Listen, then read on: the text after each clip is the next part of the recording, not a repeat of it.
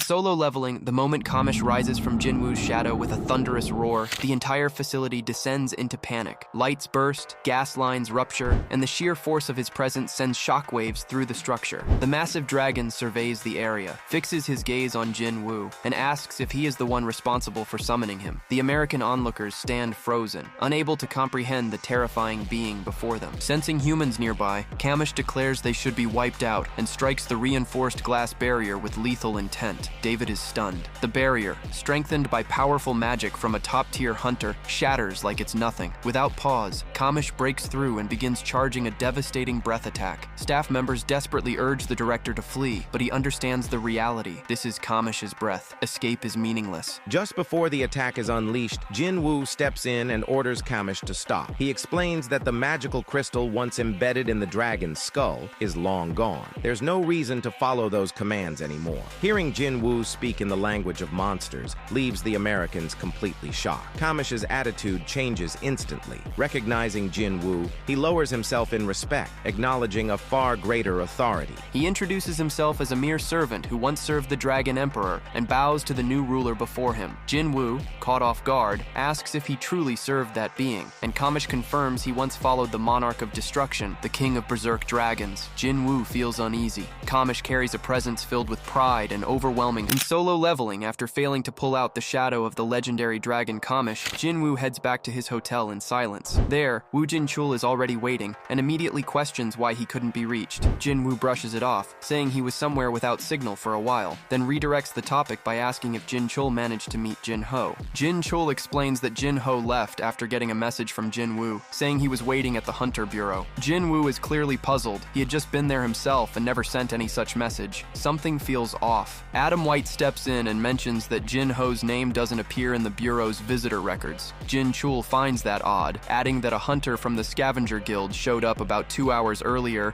and took Jin Ho away. While the Scavenger Guild is closely connected to the Bureau, they don't usually get involved in matters like this. He suggests contacting them directly to figure out what's happening. A sense of unease settles in as Jinwu quietly notes how strange everything feels. Laura points out that Adam just confirmed someone escorted the vice leader of the Ajin Guild. She looks at Jinwu, asking if he already knows what happened, but Adam responds that he hasn't been told yet. Apparently, Jinho's teammates had already come asking questions while Jinwu was still at the Bureau. Laura reassures him they'll sort it out quickly. Adam adds that the Scavenger Guild has agreed to look into it and should respond soon. But when he turns to address Jinwu again, he suddenly notices he's gone. Now, sprinting across rooftops, Jinwu blames himself. Ever since using Shadow Exchange to save Jinho's father, he never assigned a Shadow Soldier to guard Jinho. Without hesitation,